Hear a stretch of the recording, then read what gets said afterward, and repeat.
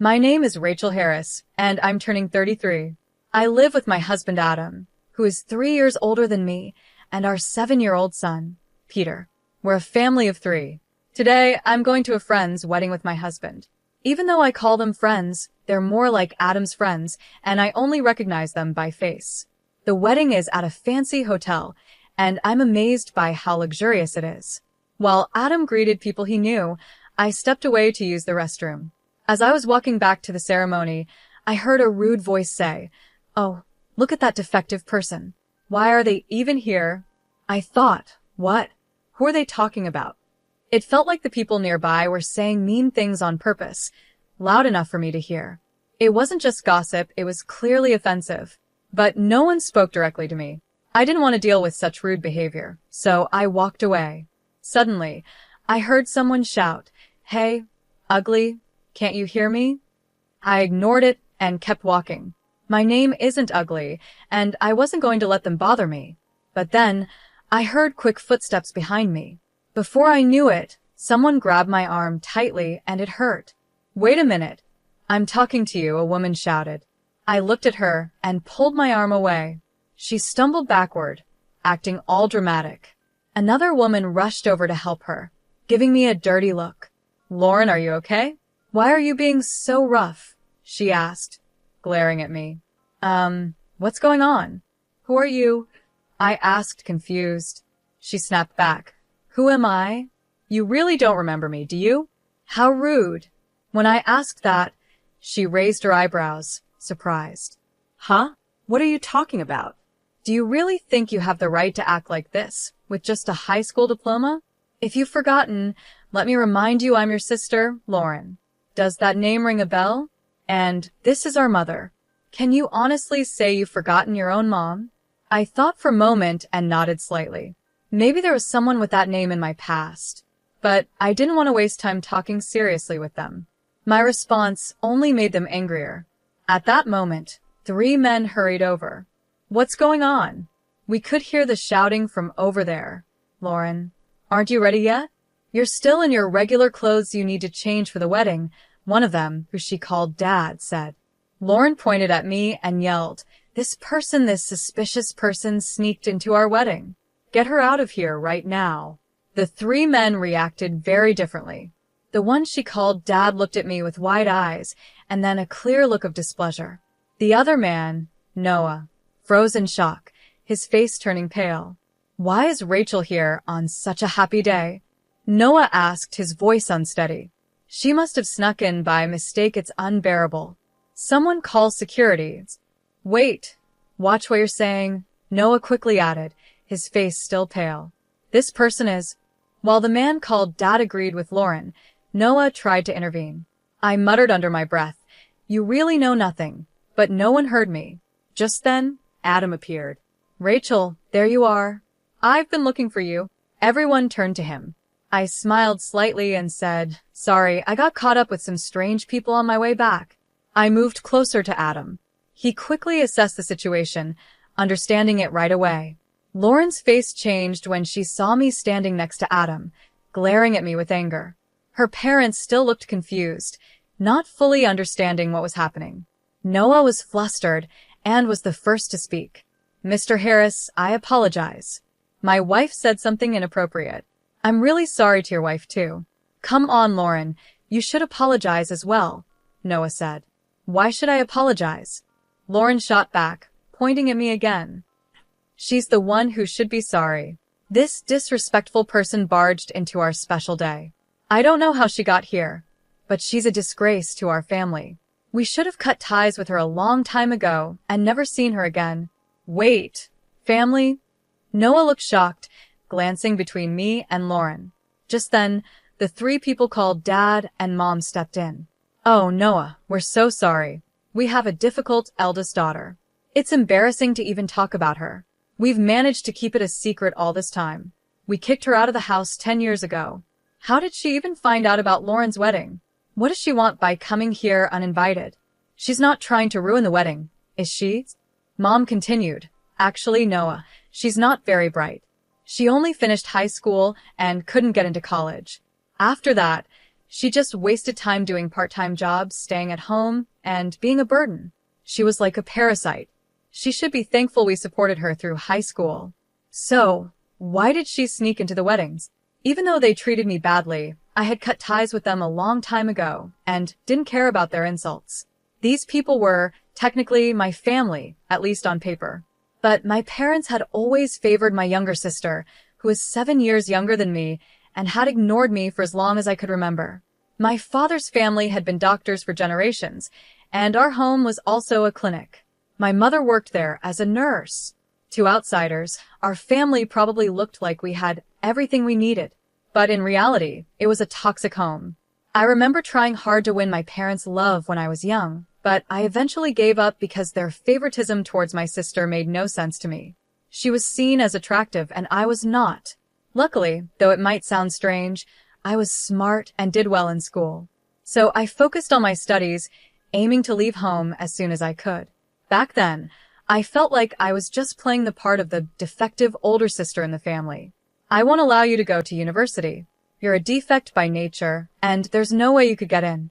Start working right after high school, become independent, and contribute financially to the house. You should be grateful we even raised someone as unattractive as you. You owe us for that. As for college expenses, we'll consider it for Lauren, but there's not a single cent for you. You'll spend your life serving us. Even if you get a job, it won't be anything important. This is what my parents told me during my senior year of high school. I actually recorded that conversation, along with many other times they verbally abused me or acted irrationally, and I still have those recordings today. My sister, Lauren, also treated me poorly, following our parents' example. She would often mock me, trying to prove she was better. I'm going to become a doctor and take over Dad's job in the future. I'll work hard enough for both of us, since my big sister can't. Oh, that's wonderful.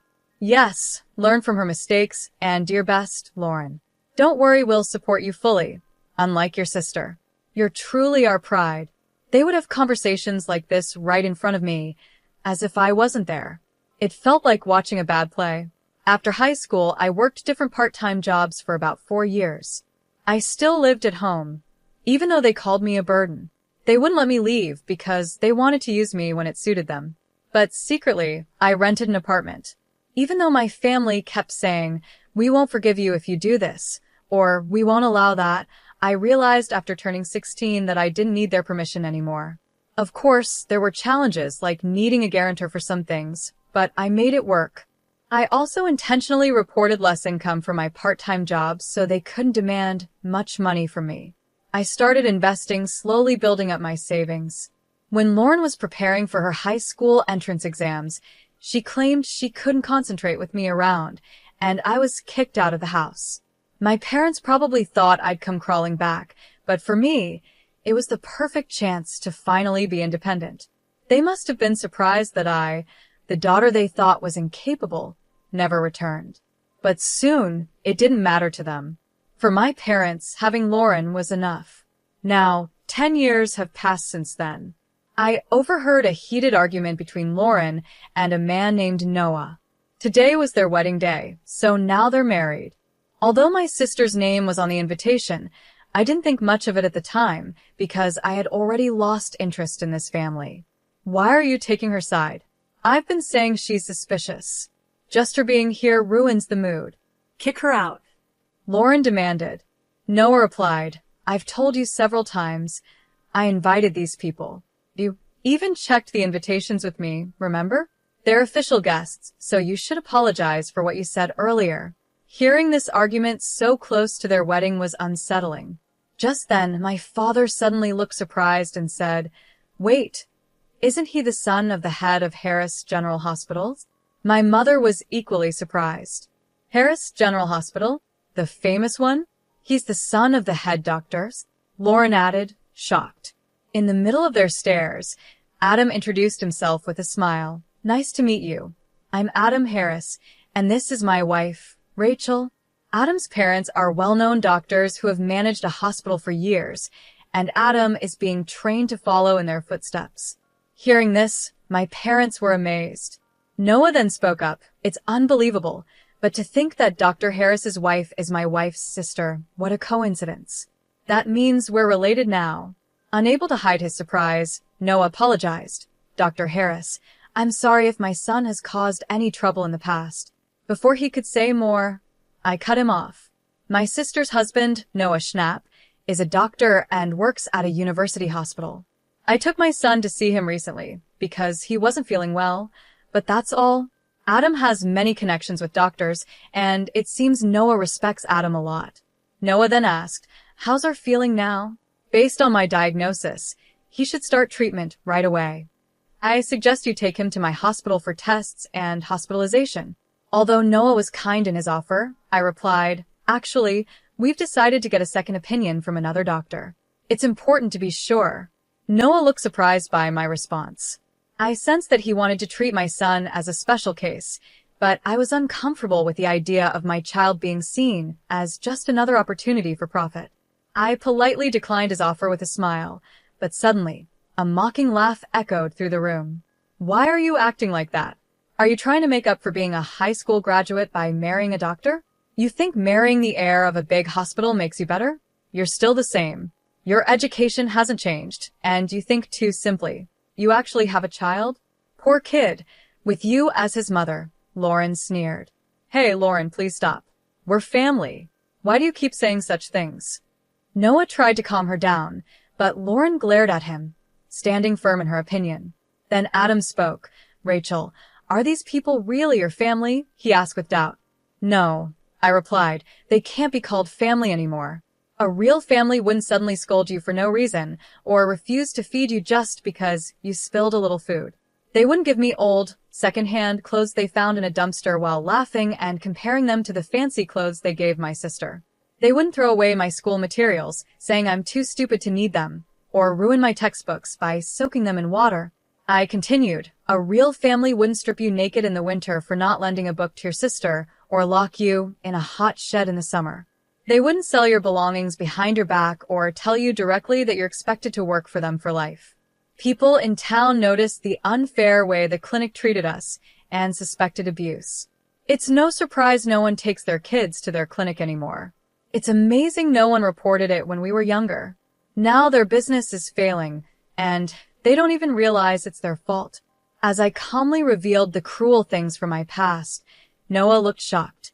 My parents were equally stunned when they realized I knew about the clinic's financial struggles since I left. My in-laws had discovered this information while investigating, deeply sympathizing with what I went through. Adam felt the same and had looked into my parents' clinic, possibly as a form of justice. Lauren interrupted, shouting, "Stop it. Stop lying. We didn't do any of that. It's your fault for being a failure." Noah, don't believe her. But it was too late. Noah looked at her with disdain. I thought to myself, none of this would have happened if she had just ignored me and walked away back then. But then Noah spoke up. No, actually, it's you who's lying. Me? Lying about what? Lauren responded in disbelief. That Mrs. Harris only graduated high school. She has a college degree, is a successful businesswoman, and the CEO of a company that provides food for hospitals, including ours, Noah explained. CEO, my sister gasped in shock, staring at me like she couldn't believe it. My parents looked just as surprised. Stop lying. She's just a high school graduate. Are you saying she went to college behind our backs without us knowing? My mother accused. Yes, I did go to college, I replied calmly. I was already an adult, and I didn't need to tell strangers who aren't my family. What are you saying? How can you speak to your parents like that? We didn't give you permission to go to college, my father shouted. Why would I need your permission? I replied calmly, and they couldn't hide their anger. After high school, I worked various jobs and saved a good amount of money. I used that money to pay for college because there was still so much I wanted to learn and achieve. Living on my own gave me freedom, and I proved I could do anything. While in college, I started my own business. That's also when I met my husband. Looking back, it fills me with a lot of emotion.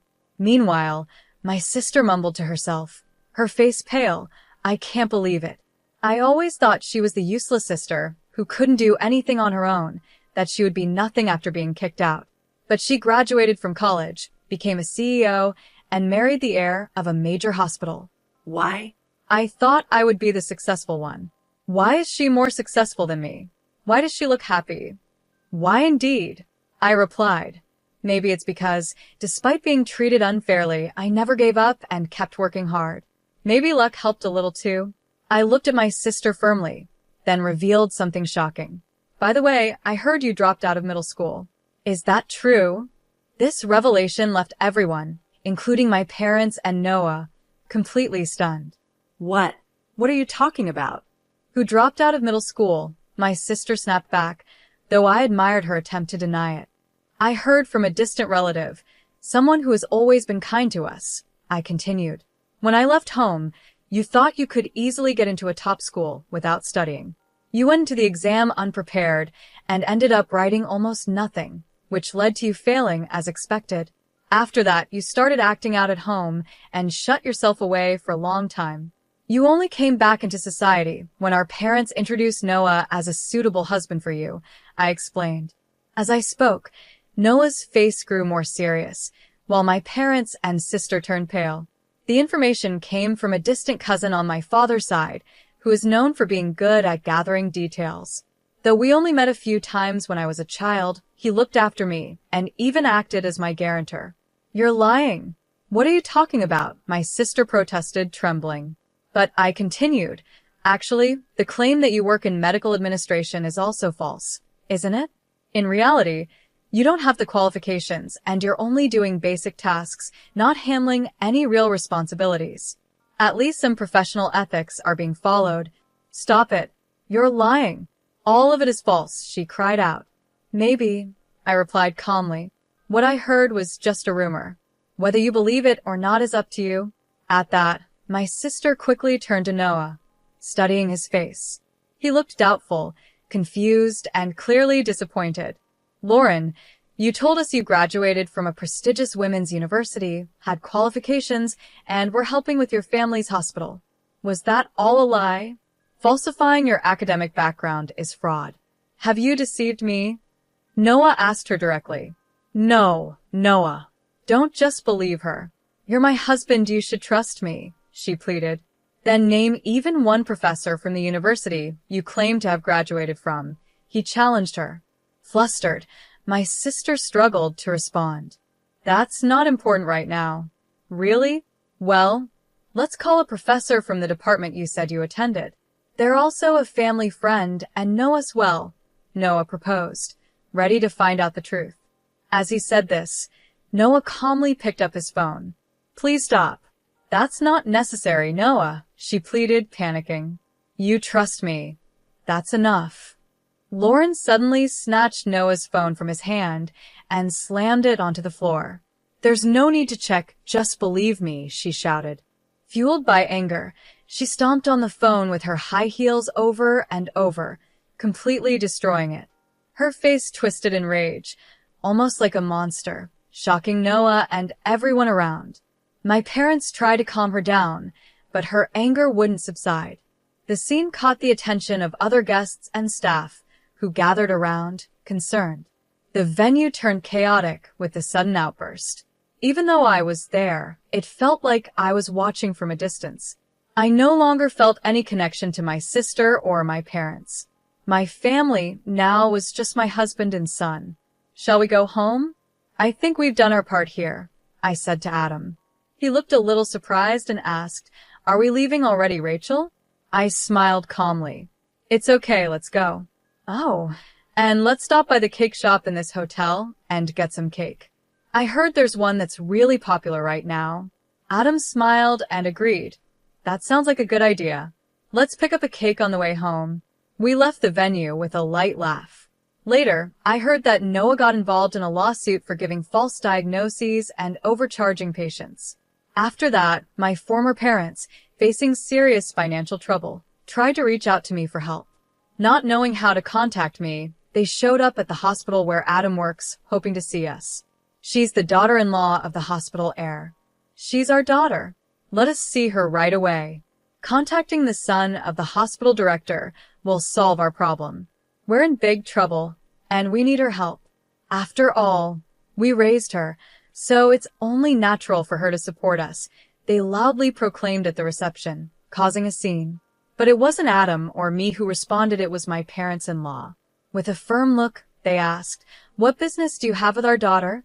My parents, clearly unsettled, froze and quickly left the hospital. They tried to reach out several times after that, but they never focused on fixing their own problems. Eventually, their hospital had to close down. When I heard about the closure of my parents' hospital, I didn't feel much emotion. Instead, I felt a sense of relief, like they were finally facing the consequences of their actions. It was one of the most refreshing moments for me. Later, I learned that Lauren and Noah had divorced. I was surprised their marriage had even lasted a few months. The lawsuit Noah was involved in, along with his dismissal from the hospital, must have seriously damaged their relationship. Lauren always seemed determined to outdo me and find greater happiness, but she kept making bad decisions. Her first mistake was starting an affair with an older, married doctor, thinking it would help her gain a better position. But when the affair was discovered, the doctor's wife demanded compensation, and it became a big issue. Desperate, Lauren turned to our parents for help, but they disowned her, calling her a disgrace to the family. I don't know what happened to her after that, but she had struggled since failing her high school entrance exams and had spent a long time isolated at home. She ended up working in shady places, facing many hardships that affected her health, and eventually left her homeless. Hearing these stories made me lose interest in her completely. Meanwhile, my former parents, now nearing retirement, are struggling to find jobs as doctors or nurses. No hospital will hire them because of their bad reputation, which likely stems from how they treated me and others in the past. They are just people from my past now, and I no longer think about them. As for my son, I'm happy to say that after being checked at another medical facility, he no longer needs to be hospitalized, and his condition has improved greatly with the right medication. I'll continue to do everything I can to protect my family,